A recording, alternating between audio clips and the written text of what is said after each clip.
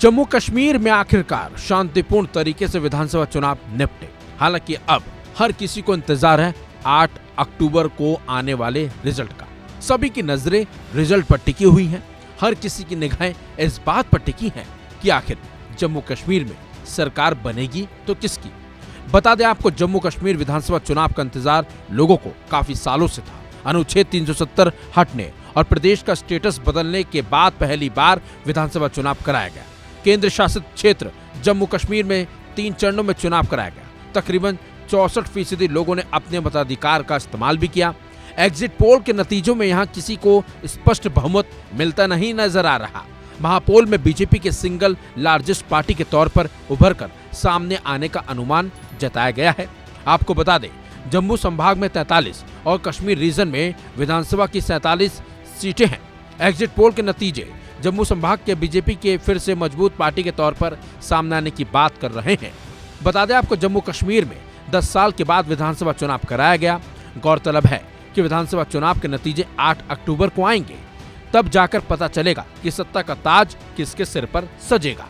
लेकिन जम्मू कश्मीर के जो एग्जिट पोल सामने आए हैं उनमें पूर्ण बहुमत की सरकार तो बनती हुई नजर नहीं आ रही। चलिए आपको एग्जिट पोल में बताते हैं कि किसको कितनी सीटें मिली हैं। बात की जाए आज तक के सी वोटर की, तो आज तक C Voter Congress plus National Conference को 40 से 48 सीटें मिलती दिखाई दे रही हैं।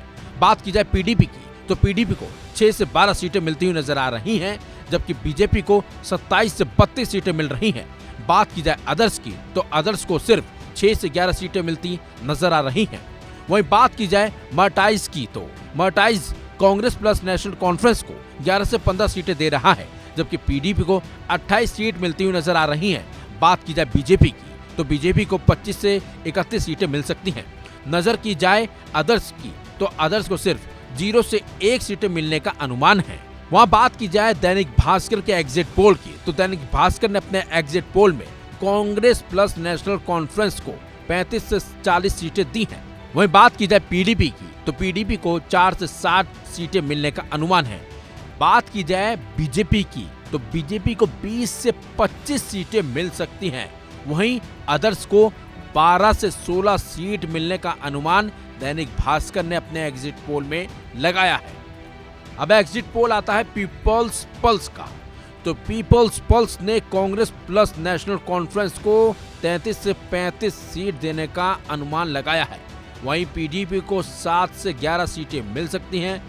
बीजेपी की बात की जाए तो बीजेपी को 23 से 27 सीटें मिलने का अनुमान है, जबकि अदर्स को 4 से 5 सीटें मिल सकती हैं।